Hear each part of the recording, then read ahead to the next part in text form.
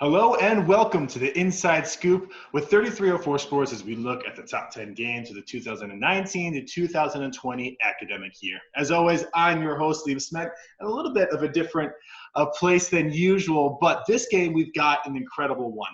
Number 6 on our list, the number 23 Louisville Cardinals drive and make their way over to Blacksburg, Virginia to take on the Hokies in a women's volleyball matchup. In the ACC, these two teams could not be on more different sides of the spectrum, and as a result, may have surprised you as much as it surprised everyone else. On the call for 3304 Sports, we've got Tyler Katz, and on the call for ACC Network Extra, we've got Evan Hughes. Thank you guys so much for joining me today. Thank you. Thanks for having us, Liam. Of course, and so right off the bat, like I just said a second ago, two teams opposite sides of the spectrum in the ACC play. 0-7 for the Hokies, 7-0 for the Cardinals. What does that mean coming into this matchup? I think it set a tone between the two teams. Louisville was obviously hot, number 23 in the country, had a lot of history the past year, making it deep in the NCAA tournament. So I think they were coming into this game thinking that they were going to win easily against a slumping Virginia Tech team.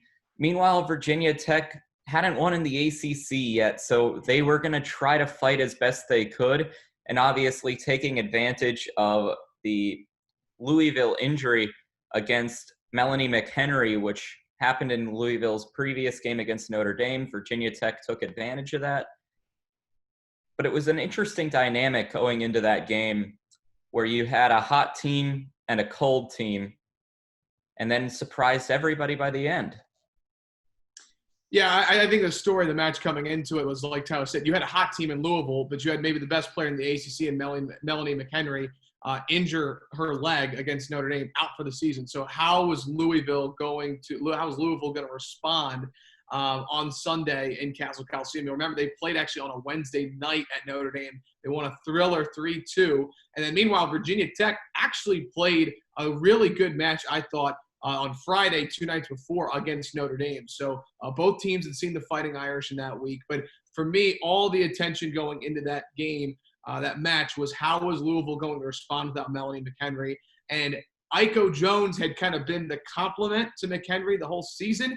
With her being the focal point, how would that change things for Louisville? And I think we saw as the match went along that Louisville needed a counterpart to that punch of Jones, and it just wasn't there.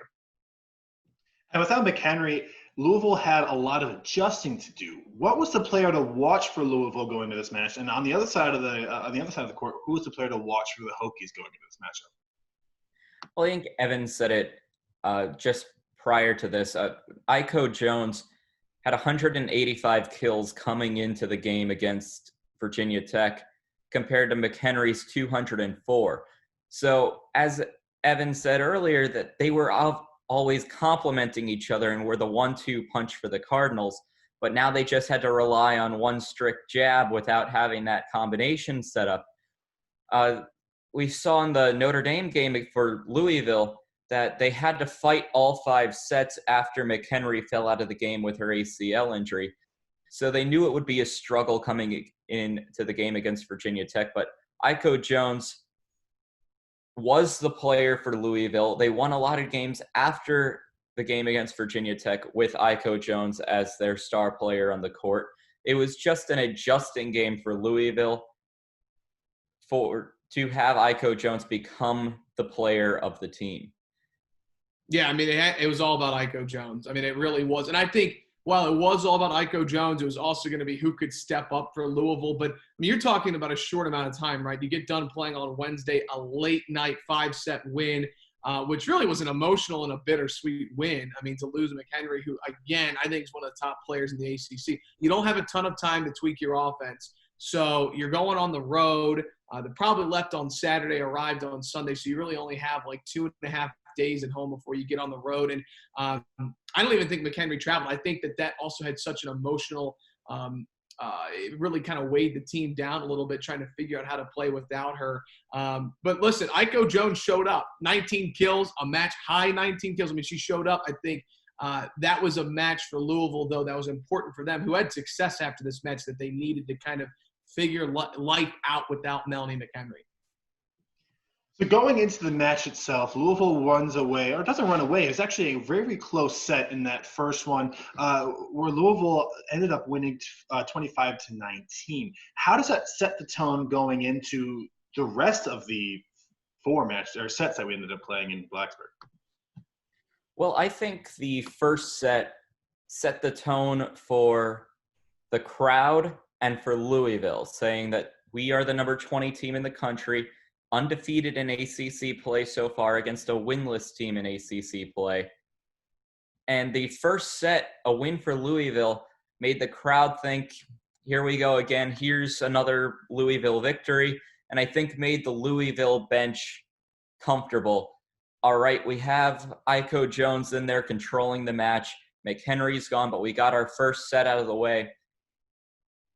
And I believe that Louisville got comfortable while Virginia Tech continued to fight, and that's what we saw in sets 2, 3, and 4, was Louisville getting more comfortable, as well as Virginia Tech getting used to the Louisville setup on offense and defense. See, I thought Louisville was going to be opposite of what happened. I thought that they might start slow, and Virginia Tech, who took the opening set against Notre Dame on Friday and fell 3-1 2 days prior, maybe the Hokies would be able to come out right away and get that opening set. Louisville hit 400 in that opening set. I mean, it looked like that they had regrouped, and then everything was starting to click. But then, I mean, after hitting 400, I mean, they end up hitting sub 200 for the entire match. And, when you have 34 hitting errors for an entire match to just 14 for Tech, that'll do it to you. So that first set really kind of was, okay, Louisville, they're fine without McHenry. They might be able to run away with this. And clearly that did not happen. And that it did not. The second set, very, very different. The Hokies jumped out to a really quick 7-3 lead and never lost it after that again. What happened there, and how did that kind of flip this entire game on its head? Well, I would like to see it as it was Louisville getting a call saying, okay, Virginia Tech is here to play. They might not have that record that we thought they might have. Yes, we dropped 2 sets to Notre Dame earlier. Virginia Tech had won a set against Notre Dame. I believe a set victory is somewhat to be expected in that matchup, even though Louisville is the much higher ranked team, that there's still skill at that level of competition regardless of record. So Louisville, like Evan mentioned, we're hitting 400 in the first set, dropped down to 167 hitting in the second set compared to Virginia Tech's 225. So the hitting was more there for Virginia Tech. I still don't think it was the breaking point for Louisville. That was the point where we saw, okay, maybe Iko Jones can't control the team for 3 sets or more, but it was a shifting point in saying, okay, we're tied up again. Virginia Tech's back in it. Well, and Iko Jones was moving around so much, and when she would rotate off the floor, I mean, Tech would take full advantage. And Iko went from being so good early on. I don't even know if it's necessarily that she cooled off. I think it was more so that even Virginia Tech had started, Marissa Serko, Sierra Powell, others on the front line, blocking. I mean, really started to figure her out a little bit. I think that second set, when Tech was able to come back, tie it at 1, like you mentioned, Tyler, they go from hitting 400 to just over 150, which is a huge jump. For me though, when the match really started to take a turn, you mentioned the breaking point. I think it was really when Tech went ahead 2-1, because all of a sudden now you've got a young team that is playing with the lead against a top 25 team that's 7-0 in ACC play. I think that we all knew Virginia Tech had the potential to compete with Louisville. They just hadn't shown it at this point in the season. But when they went ahead 2-1 going to that 4th and 5th set, I can remember looking at my broadcast partner, Jake Lawrence, and we're both kind of thinking, wait, how does Virginia Tech now play with the lead in this situation? And they were able to respond. I'm sorry, I got the second and third sets mixed up. Hokies took the 7-3 lead in the third set, which you said was a turning point. Going to that, what is the feeling in the Coliseum? How are these players reacting? How is the benches reacting to the Hokies taking, like you said, a 2-1 lead that no one really saw coming? Well, I'll go from the outside, and I'll start with the crowd leading into the court. And it was a crowd in Blacksburg for Virginia Tech, and to take the lead against a nationally ranked opponent, it really lit a fire. You heard the crowd get more energized and into it with every kill, ace, block, whatever it was in that fourth set. Heading down onto the benches, I think it was nerves for Louisville, and you can see that reflect in their stat line. Yes, they had a sub 200 hitting percentage in sets 2 and 3, but in set 4 they dropped down to an 0.86 hitting percentage, which just showed how uneasy they were and how much they had fallen. Meanwhile, Virginia Tech about average. They had a match average of 235. We're hitting 235 in the fourth set. So I think Virginia Tech was able to use the adrenaline to finish off Louisville in the fourth set, while Louisville was in a panic state and just couldn't get their shots and digs to fall. Yeah, what I found interesting as the match went along, there were a couple of stories really in this match to me. I mean, Tech's offense didn't quite stand out because they were getting production from multiple different players. I mean, Katie Sment turned in a really nice match, but Sierra Powell and Marissa Serko both had double-digit kills. The offense was very spread out. And for Virginia Tech to succeed, they need Katie Sment to succeed. I mean, she's the engine that makes that team go. So the fact that she was playing well and able to compete with Iko Jones on the outside was very important. But I think for Louisville, too, I mean, you know, the setter position, call it what you want. It's the point guard of basketball. It's the quarterback of football. I found it interesting that they kept going back and forth with setters as that match progressed. I mean, Tori Dilfer finished with 36 and Shannon Shields at 15. But, I mean, you go to that fifth set, Shannon Shields is starting, and then they sub in Tori Dilfer midway through the set, which you just don't see that much in volleyball. So I bring that up to Tyler's point. Not only are you playing the first match without Melanie McHenry, you're on the road, you've got a young team that's playing it tough, but you're going back and forth between your setter. I found that very interesting to see that in that fifth set. And I think the other story, which we can talk about a little bit too, the defense won this match for Virginia Tech in the back row was outstanding for the Hokies in this win. We'll get to the back row in just a little bit, but something you guys both were saying, Virginia Tech looked very consistent, not just one player. We can talk all day about how great of a match that Katie Sment had out there, but 3 players with double-digit kills. How important, I know, Evan, you touched on this just a little bit, how important was it for Virginia Tech to spread their offense across so many different people in this match?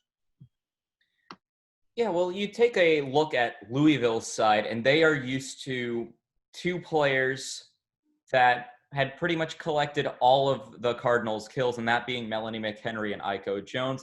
Take that one out, and now your main killer is Iko Jones. For Virginia Tech to be able to spread their offense with Katie Smith, Sierra Powell, and Marissa Serko, it was able to, as you said, spread the offense. Louisville not really sure where the attack is coming from, and I think that was a big advantage for Virginia Tech to take against Louisville, who was struggling on finding where their offense was coming from instead of worrying about where Virginia Tech's offense is coming from. You know, kind of similar for Virginia Tech. We talked about Iko Jones in Louisville and how they need to have a complement. I mean, you know, when Katie Sment, if she's on, she needs help. So the fact that Marissa Serko could complement her on the right side and was able to turn in a double-digit kill performance was extremely important. And then, you know, Sierra Powell, very talented young freshman at the time. That was I can remember thinking, wow, that's so important that they've got that third punch on offense. Talon Jackson turned in one of her better ACC starts of the year. I mean, really was setting well and finding open players on the outside and did a good job, to Liam's point, like, you know, moving the offense around and distributing different sides of the court. So that was very important for Virginia Tech. And again, they just stayed steady enough. Louisville just couldn't quite figure it out. Virginia Tech wasn't the one-trick pony with Katie Sment in this match. There were other problems that Louisville had to deal with for Virginia Tech on offense, and it was just enough punch from everywhere on the court that it turned into a really cohesive offensive day for Virginia Tech. One thing that was brought up just a little bit earlier, Jill Wilson at the end of the game said that she was so impressed with her back line in this match. what kind of impact did they have on the defensive side of the ball for the Hokies? Well, we saw all season, from the out-of-conference play to their 7-0 record in the ACC, that Louisville was a threat offensively. They knew how to attack against high-ranked opponents, and we saw that in their 2018 season leading into their 2019 season. So for Virginia Tech's back row to step up the way they did and really give the opportunity to stay in the game on some amazing shots by Louisville, there were multiple times in all 4 sets where I thought it was going to be a for sure point for Louisville. And the back row and really an all-around effort from Virginia Tech defensively surprised me. And I remember flaring up on some of the calls because I was just so shocked that it was able to be saved and give Virginia Tech opportunities and flip the points to the Virginia Tech side of the scoreboard. So the back row really, I believe, won Virginia Tech the match. After they took advantage of the Louisville declining hitting percentage and the excellent attempts by Iko Jones and the rest of the Cardinals to give Virginia Tech those opportunities, really set the tone and was able to drive Virginia Tech to that 3-1 victory. In my eyes, 3 players won the match for Virginia Tech, and that's not taking any credit away from Katie Sment. That's not taking any credit away from Marissa Serko, Sierra Powell, anybody on offense. Logan Mosley, Abby McKenzie, and Kylie Thomas were the 3 players for me that won that match. And yes, like Tyler said, when I look back on this match, nearly a year removed, all I can remember is Tech's back row playing lights out. I mean, Logan Mosley turned in one of the best freshman seasons we've seen for libero in Tech history. She was money in the back row. Kylie Thomas, I thought that was maybe one of the best matches of her career, and then she gets to cap it off with the ace at the end. That was just really impressive. You look at the stat line now, you see Iko Jones with the match-high 19 kills, a couple of other – Stevenson was with 11 kills. That could have been much higher, especially down the stretch. You wonder why Louisville's hitting percentage got so low. Well, take a little bit of credit to Virginia Tech's back row and their defense for being so strong. Career games all around, it seems, especially on the Virginia Tech side of the court. The Hokies ended up winning this one 3-1 over the 23-ranked Louisville Cardinals. Is this the career game, the first ranked win for the Hokies since 2015, first win over Louisville since 1992? Was this Jill Wilson's career-defining game at Virginia Tech? In my opinion, it was. And while it might not have been at other programs taking down the Louisville Cardinals, this was a defining match for Virginia Tech, saying we're able to play, despite record, we're able to play with everybody who takes the floor. And for Jill Wilson to be able to pick up that victory against Louisville, which heading into this match, she only had 1 set won out of 7 sets against Louisville. For them to be able to take that victory and get their first victory since 1992 against Louisville was a huge win, not only for Jill Wilson's head coaching program, but for Virginia Tech's program in general. Like I said before, to be able to say whoever we take the floor against, despite record, despite history, we are able to compete. Over her 3-year tenure as the coach of the Hokies, no doubt that this was the program. This was her defining win. Of course, she's now taken the associate head coach spot at Ohio State now. I remember seeing her reaction afterwards and seeing the emotion from her and her bench. And, you know, listen, it was a building process for 3 years of Coach Jill Wilson. It was about getting the right pieces of the program in and starting to build a program that had historically struggled in years past. And I think, like Tyler was alluding to, despite the record, that match to this day, too, heading into the 2020 season for Tech volleyball, that shows the full potential of what this team can be. When Katie Sment, Marissa Serko, Sierra Powell, Logan Mosley, when all those players and more are clicking, that's what can happen. This team can play up to the level of a top 25 team, and at the time a 7-0 team in the ACC in Louisville. So I think that was the season-defining win for Virginia Tech. And I do think that this match, even with Marcy Byers, the new coach coming in, this is a match that's got to stick in the back of everyone's mind that comes back from last year's team that, hey, this is what we can be. This is what we're striving to be on a more consistent basis. So certainly an emotional night across the board for everyone in Castle Coliseum. We're going to look at you guys a little bit more and what it was like for y'all on that court.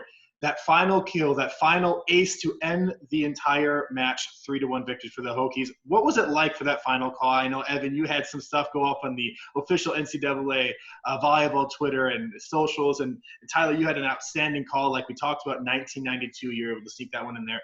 What was it like for that final call and that final set? Well, to be honest, I wasn't expecting it to be an ace. I was expecting if there was going to be a match-winning kill point for Virginia Tech, that it was going to be a long volley.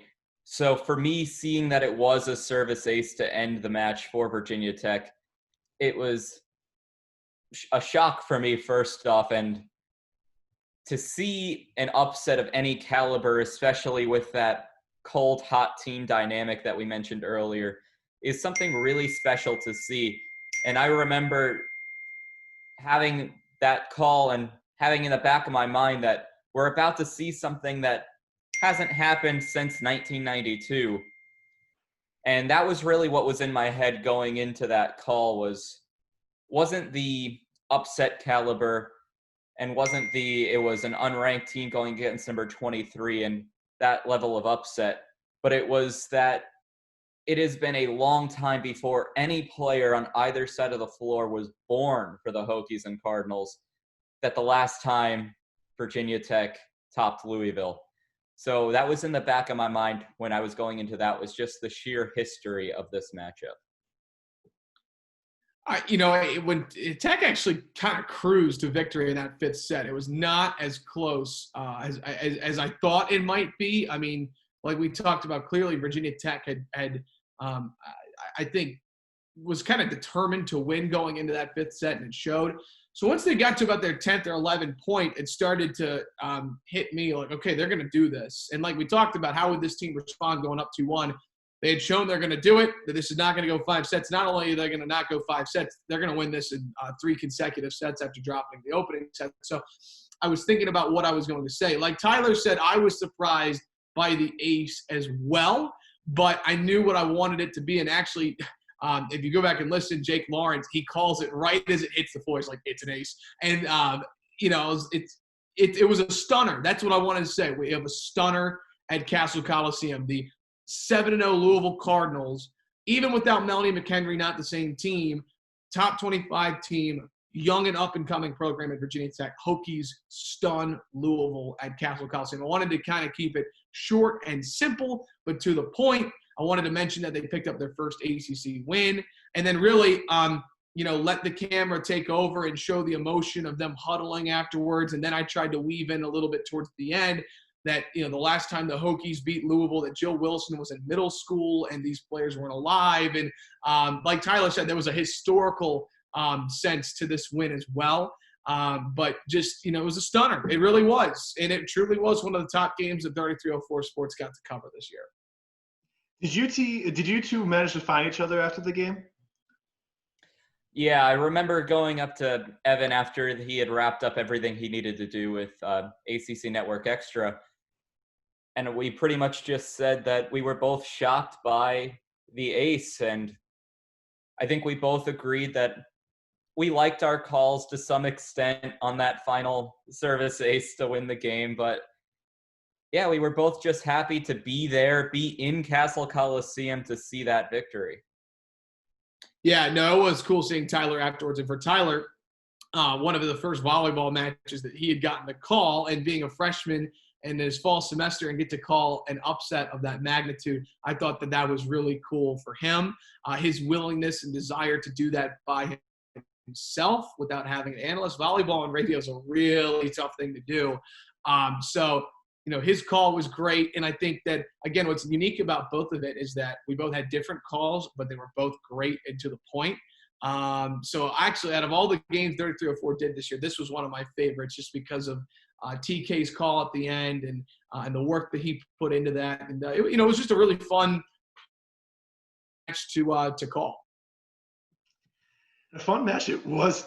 Excuse me. Fun match it was indeed. Yeah, a whole lot of phlegm going on there. At the end of the game, again, the Hokies win 3-1. My favorite question to ask, my question I always close out these segments with, is what was your favorite moment from this match? Tyler, what you got for me? Right after that service ace to win the match for Virginia Tech, just seeing the elation and the emotion from Virginia Tech, their 6 players on the floor, as well as their bench, and Jill Wilson's emotion, as Evan mentioned earlier. It was so cool to see that take place, to get your first ACC victory against that caliber of an opponent was something special to see. And I keep going back to that point of history. And I think the players and coaches knew the history as well of these two teams. And just to be able to say that we were the ones to get it done was, I think, reflected in the emotion of the players and coaches. And that was just something really neat to see and watch. And it was a really special moment being there. I honestly forget if it was Thomas after the ace or Logan Mosley, who was in the back row, or it might have been both, that they jumped like through the ceiling. There was a lot of emotion after that. And then, like Tyler said, and I brought up earlier, like Coach Wilson kind of like bent over and had both fists pumped, like clenched, and seeing her emotion, but then seeing, Kylie Thomas, like, you don't get a ton of love.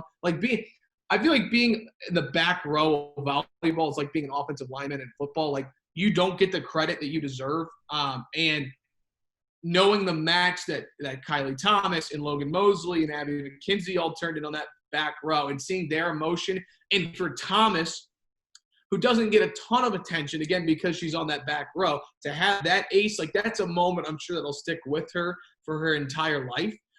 That would be cool to see that in moment like that, because you knew they were going to win. You didn't know they were going to do it with an ace. So to have that kind of exciting moment that nobody really saw an ace coming there, as we talked about, that was like the cherry on top to see the emotion. Historic night for the Hokies in Castle Coliseum as they take down the Louisville Cardinals. We're ranked number 23 at the time, 3-1 4 sets. That will do it here for us in the Inside Scoop for 3304 Sports. This was your number 6 game of the 2019 to 2020 academic year. As always, I'm joined by Tyler Katz and Evan Hughes. Thank you guys so much for joining us. We hope to see you around next week as we go into the number 5 game. Can't wait to bring that one up. We'll talk to y'all soon. Thank you so much for joining us this week.